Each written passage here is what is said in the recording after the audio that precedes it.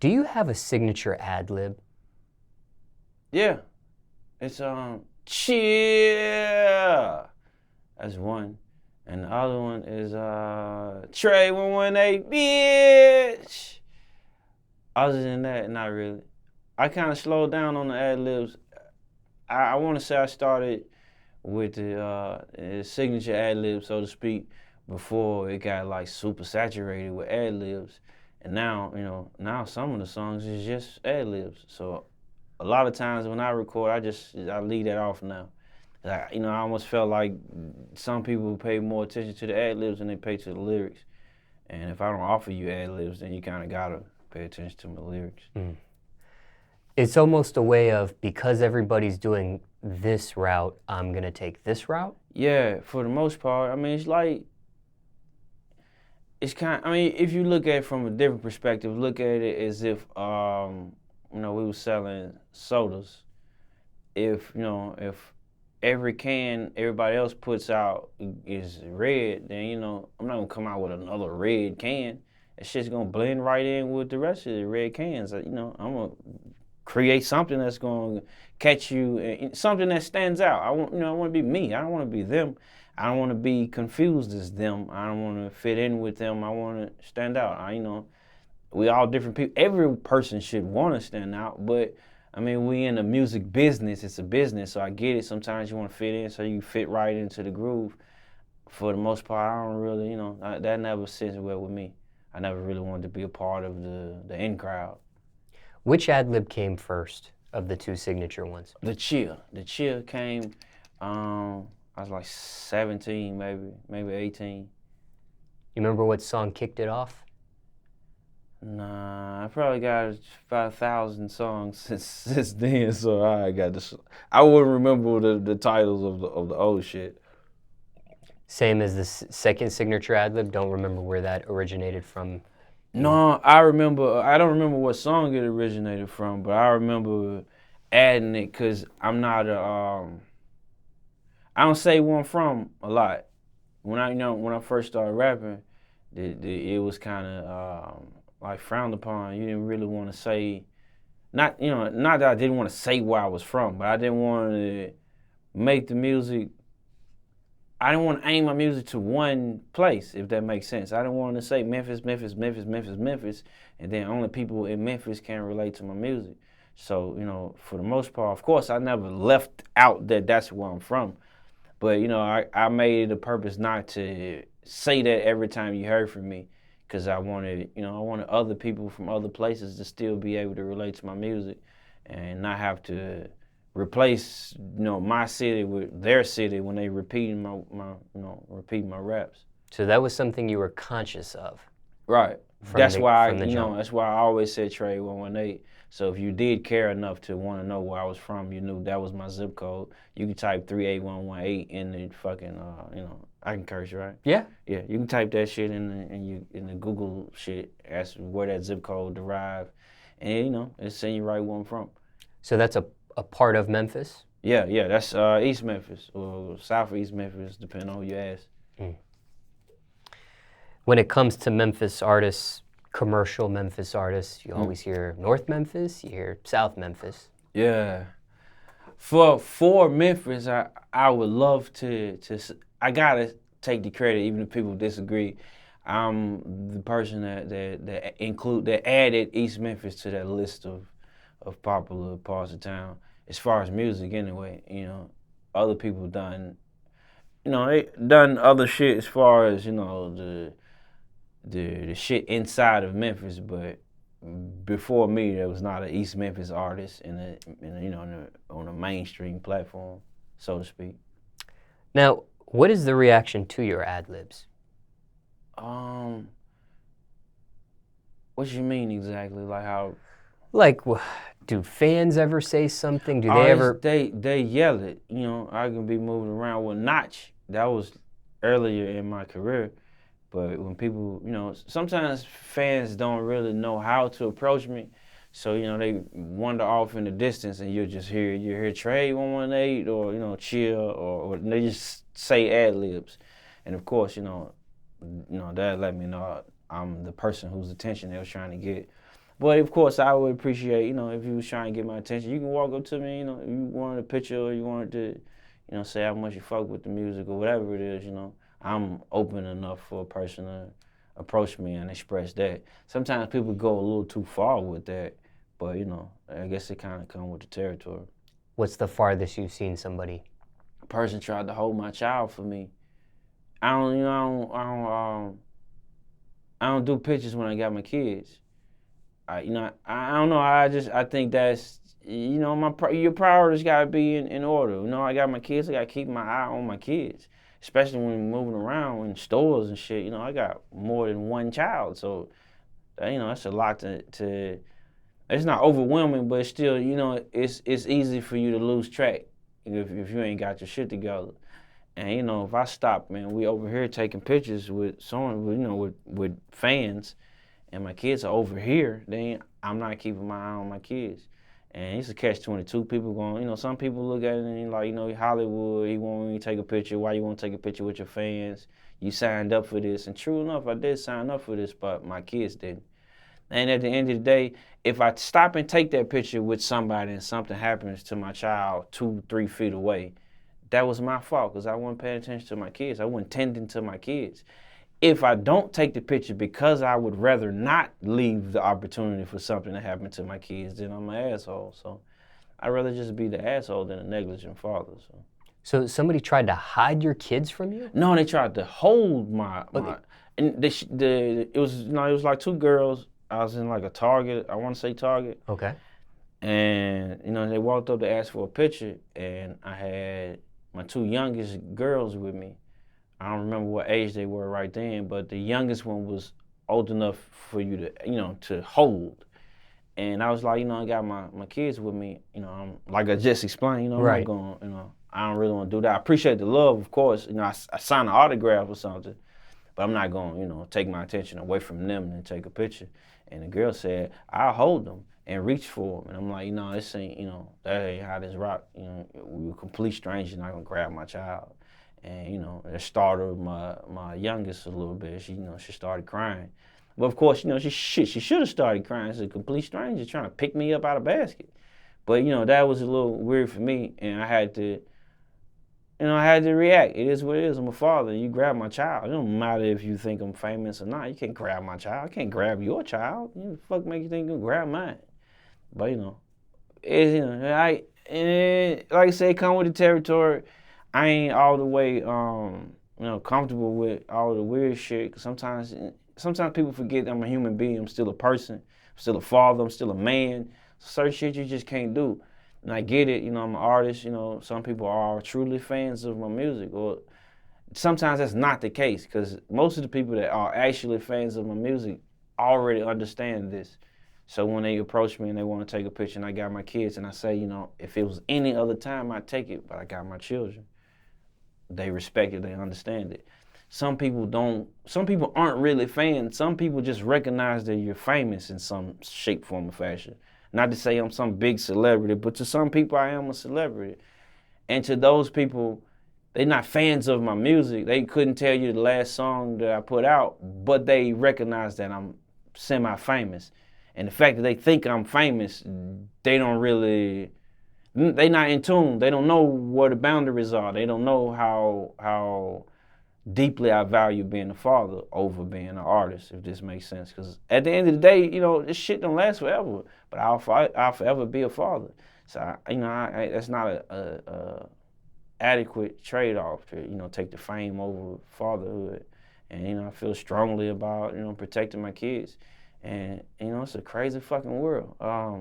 What's her name? Selena. Selena was killed by the woman that was the head of her fucking fan club, was president of the fan. Someone, you get what I'm saying? The people who supposedly love you the most will harm you.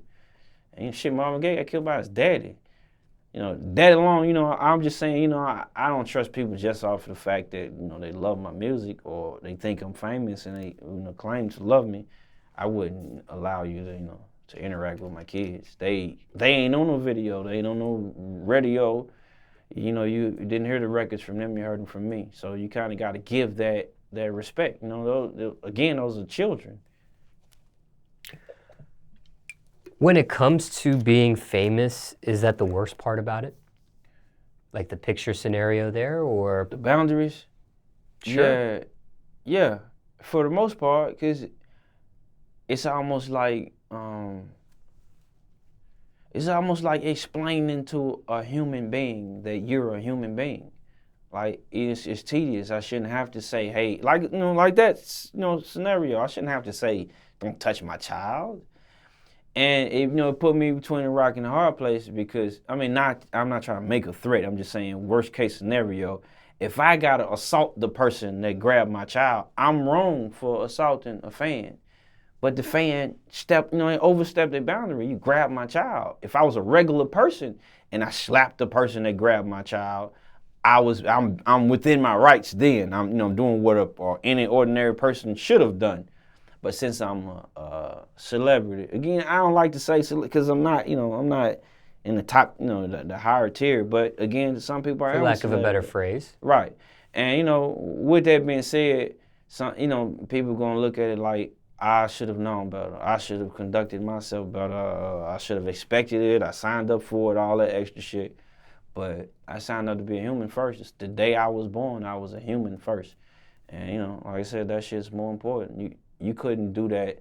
People don't walk up to fucking Barack Obama's kids and try to, he didn't have infants, but still, if that you wouldn't have walked up to him and tried to grab his kids without expecting some kind of resistance, without expecting the fucking Secret Service to get on your ass.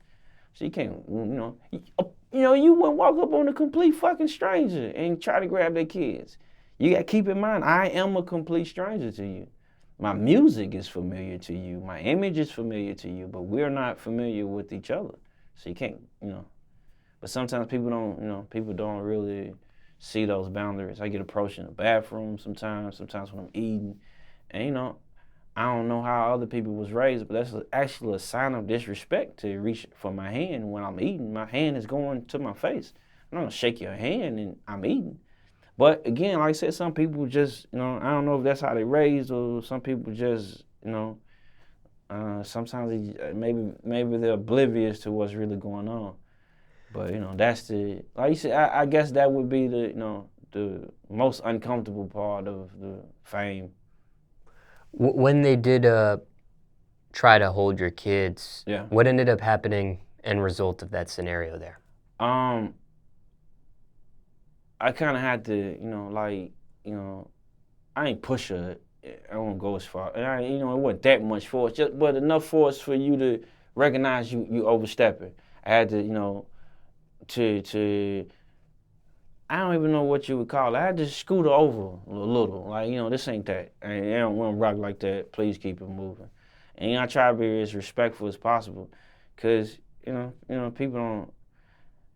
If they didn't see how disrespectful that was, then we're already kind of behind it already. Like, you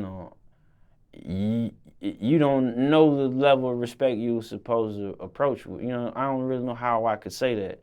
Like, anything I say after that could be taken as disrespect because you don't know the level of respect. Clearly, you've already crossed the line. And again, I'm a man. And again, if I was a complete stranger and I had no fame whatsoever and you did that and I reacted the way you expect a person to react, then I would be wrong because I'm supposed to be a celebrity. So I just, I told her, this ain't that. Please keep it moving. And I grabbed the basket and I got out of Dodge. I'm like that, that was making me uncomfortable. And one, it's a woman. I didn't want to have to go there and then, I got to deal with all the bullshit because it was a woman. But still, it's a person. I'm like, it's my child. I don't really, I can't not slap the hell out of you because you're a woman and, it's still involving my child. You got to know better than to do certain shit. And, I had a few occasions with people following me around stores and shit. And it's different when I'm at home when people follow me around stores than it is when I'm, when I'm out of town and people following me around stores. When I'm out of town, I'm still paranoid either way, but I'm a little less paranoid. I can sooner assume that you're a fan and you just don't know how to approach me. But, back home it's a little different because, I come from a different lifestyle before music. Before I was ever popular with music, I've done shit that, everybody wouldn't agree with. And you don't know who's coming back on some shit from 20 years ago because I popped and they didn't pop, or, sometimes niggas just be salty just for just for that fact that I'm a person that made it out of where they still at. And they wish it was them, or they feel like it should have been them. And, they get a little tricky. And, I got the unit, so I move everywhere with it, but I'm hoping to never have to use it. And sometimes, the people following me kind of put me in that predicament because I don't really know what you want. So I got to be prepared to pop you. And that ain't really what I want to do. I would hate to turn around, pop you, and then, you was really just somebody trying to get a picture and you just went about it the wrong way. And you don't understand how it come from, a different world where, I would rather be on alert than just assume, they just want a picture. This person's following me just because they want a picture. It's 9 of them, but they really just want a picture. And then some shit like the shit that happened to the little homeboy, and I think it was in New York when they cut his face and shit. That shit can happen to anybody. In the blink of an eye, you don't really know what the fuck people be on. And, I don't move around with security, and even with a strap, I'm only one person. I can't shoot 90 niggas. I'm just not trying to put myself in that kind of predicament. So, if I'm moving around, somebody following me around the store, I got to stop and acknowledge that, you're following me. Hey, I don't really know what you want, but can you please not follow me? You're making me uncomfortable. And, from there, it go from where it go. Some people get aggressive, like, nigga, I ain't following you. Clearly, you following me. I'm going down aisles unnecessarily. I'm not picking up shit, and you not picking up shit either. So you got to be following me. We circled the same fucking 4 aisles 3 times. But, some people get aggressive, like, nigga, I ain't following you. And truly, they are following me. And go from there. I don't really do, like, word share. I ain't going to cuss each other out back and forth. You say you ain't following me. All right, bro. I'm going to keep it moving. You follow me some more, then that's a whole nother issue. And then, some people just be like, oh, my bad. I thought you was done trip. I was just trying to get a picture. I'm like, no, I'm with that. It's all good. We can take the picture. But for the most part, I have to say something, because if you feel like I ain't peep you, then you think you got to drop. If you on the other shit, you think you got to drop. You think I don't see you, think you can sneak up on me or whatever. Fortunately, none of that, nothing's ever transpired. Even when there was some sideways shit, me approaching it head on, they kind of discourage people from jumping on the shit they be on, because now I'm alert. Now I'm alert. You don't possess the element of surprise. So. No one's ever followed you home? I've had people try to follow me home, and then after that happened, I just super tinted all my windows. So I got illegal tint on my shit. I had to let the windows down the park to get in my driveway, to get in the garage. But I have to do that, to keep people from trying to follow me.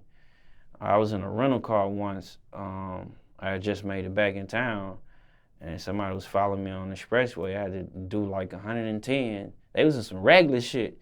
So, somehow they was, till I got to like 90, they was keeping up. I was like, man, these people crazy. These people gonna kill themselves in that little ass car. And they, for the most part, they was keeping up. I hit like 100 something and got up out of there. But that's happened, it's happened a few times before I started tinting my windows. Then even with the windows tinted, sometimes with the sun, if the sun is in the right angle, you still can see right through that motherfucker no matter what kind of tint you got. And, people recognize me and start trying to follow me then. But the way I drive, even if nobody's following me, I take unnecessary turns. So if that same car is behind me after the second turn, you follow me on purpose. Because, where I'm going, we would have made it there 10 minutes ago if you was headed in the same direction I was headed. Or if you was headed anywhere in the vicinity of where I'm going. I've already passed, you get what I'm saying? I do that just so I know that, that gives me the extra comfort to know that no car was following me where I was going. And if I turn on the street before my street and it's a car behind me, I'm passing my street until there's no cars behind me.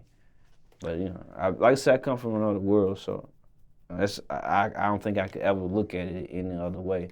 I don't I don't want the streets to catch up with me while I'm thinking it's all about music, if that makes sense.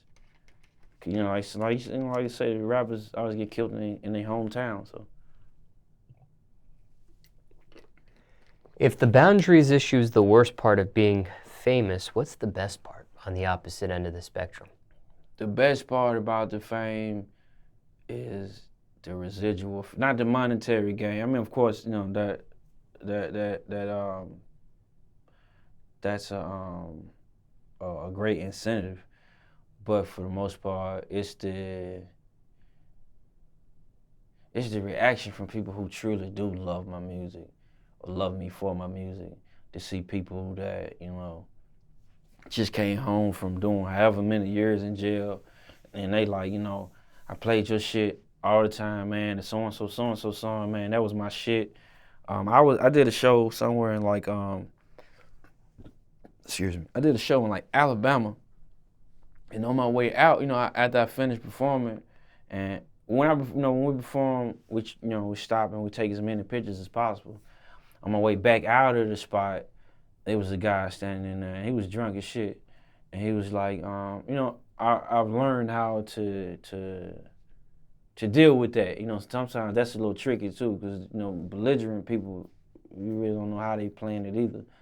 But he was drunk, and he was just like, you know, he drove all the way down to come and see me, because his homeboy told him I was gonna be in Alabama. And I'm like, drove all the way down, that's ill, I appreciate the love. And he was like, nah, man, you don't understand. He said, I just got out of jail. He was like, I got out of jail like yesterday or the day before, something like that. He said, man, he told me he was performing down here. He drove from Harlem. And I was just like, damn. You know, he was like, man, for Harlem, nigga, fuck with your shit. You doing something right. And I was just honored, you know, for the fact, you know, for the most part, growing up, listening to music, it either came from California or New York. So, you know, the fact that somebody from New York can respect my shit, with that being a place with that being a place that appreciates lyrics so deeply, you know, for a person from out that way to say, you know, they drove all the way down just to see me, and that had to be a long fucking drive. But, you know, that shit meant something to me. You know, those kind of occasions, and when it's people that I would least expect to be fans of my music, like, you know, when it's other races, when it's other age groups and shit, you know, that shit, you know, that make it all worth it to me. That's why I keep going, because, you know, I see that I touch people that I'm not even expecting to touch. And not to say that I'm shallow with it, but, you know, it's still surprising. Like, I was somewhere in, I don't really remember what city we was in, but it was like an old white lady in the crowd. She had to be like 48 or some shit. And that was shocked. She was singing the words. And, you know, that was different. I had never seen, you know, of course I've seen, you know, I have a white audience, I understand that. But to have, you know, I don't know what that would be considered, middle age? Is that middle age, 40, you know, whatever. You know, to have somebody, you know, in that age bracket listening to rap music and appreciates my music, that, you know, that shit, you know, that's the ultimate payoff for me. Back to the conversation about the adlibs. Uh-huh. With your signature adlibs that you have you heard other rappers emulate it? I won't go as far as to say I heard him emulate it. I can say that I felt like, you know, at a lot of points that, you know, the person that I've heard do similar shit, you know, I felt like, you know, they had to have heard it.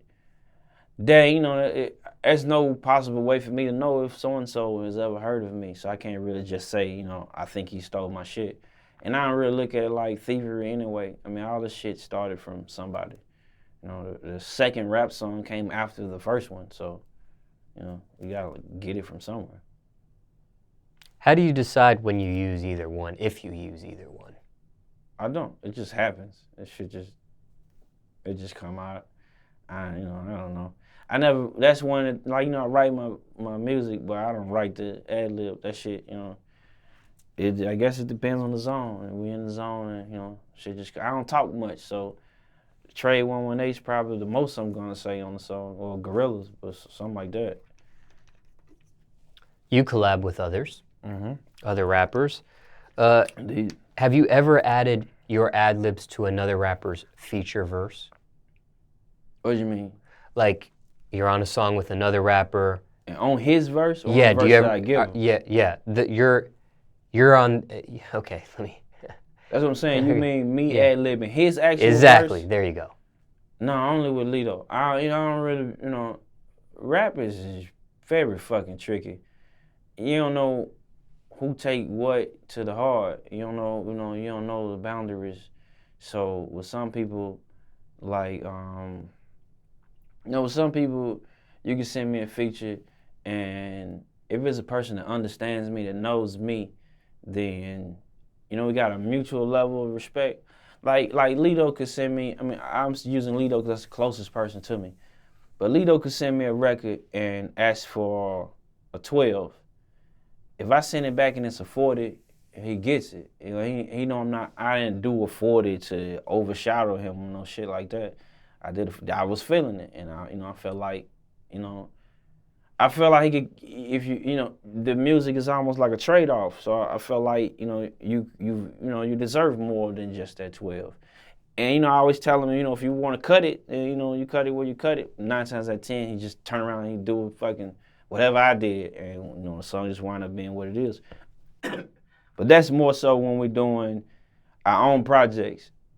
It's a few other people I work with like that, but only the people that I know understand it, if that makes sense. If a person paid me to do a feature, or if it's a person I never worked with before, I don't really know, if we got that space for me to do something like that. But I never really ad-lib other people's shit. I just might give you a longer verse than you asked for. There are also some songs now where the feature is not in a verse in a sense, it's the actual ad-lib. So I wanted to get your take on that. So for example, I think that's pretty crafty. I know what you mean. Like, Kanye West has a song, Can't Tell Me Nothing, with Jeezy ad-libs, but Jeezy's not on the hook or the verse. Right. I think that was pretty cool. That was the first time I ever seen, ever heard that. But I think that was pretty cool. As long as they got mutual respect, as long as it's not like a taunt to whoever. Like, I think Drake did it with Rick Ross. Rick Ross's ad-lib was going off in the verse. I don't know how many times. I don't even know which song that was. But I think that's pretty cool. You still got to be a little, you got to have a relationship to pull shit like that. At least I would assume so. Lil Yachty did it recently with a song called Who Want the Smoke. He had Block Boy JB ad-libs in it, but it was no verse or hook from Block Boy JB. I've never heard that. I'm pretty sure that's like a fucking very energetic song if he got Block Boy JB ad-libs. So I think that's pretty cool. Like, say, if it's done in a non-malicious form, I think that's some pretty cool shit. I ain't never heard nobody put Don Trip ad-libs in their shit. Not that I've never heard it. I mean, people will do it with Juicy J and them shit, with the yeah hoes jumping in it. That's a little different, but that might be more of a sample, right? Right. I think with Block Boy JB, he signed on for that. Right. That's what I'm saying. And with Jeezy, he signed on for that. Exactly. Yeah. Now, aside yourself, let's take yourself out of the equation. Okay.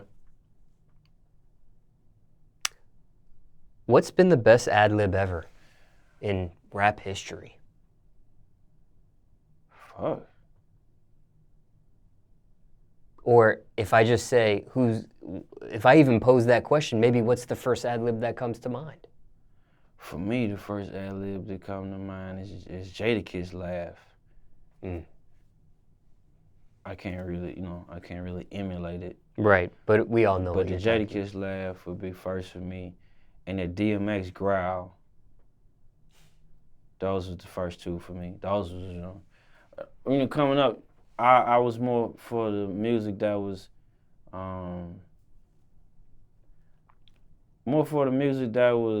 lyrical, so to speak. The lyrical content always stood out to me. Less for party music and more for, content. Okay, so that was the best ad-lib ever, possibly, in your opinion, but Right. Or ones that come to your mind asking that question. Okay. Who, aside from taking yourself out of the equation, aside yourself, who do you think's the best rapper ever to ad-lib? The best rapper ever to ad-lib? Yeah, because there's some rappers that have several different ad-libs. The Migos. I mean, I don't know which one is doing the ad-libs, so I can't pick one, but as a collective? Yeah, I think they crafted shit. I mean, I seen shit where the people just knew all the adlibs. I'm not really sure they even knew all the words. They just see, they know exactly where the adlibs drop.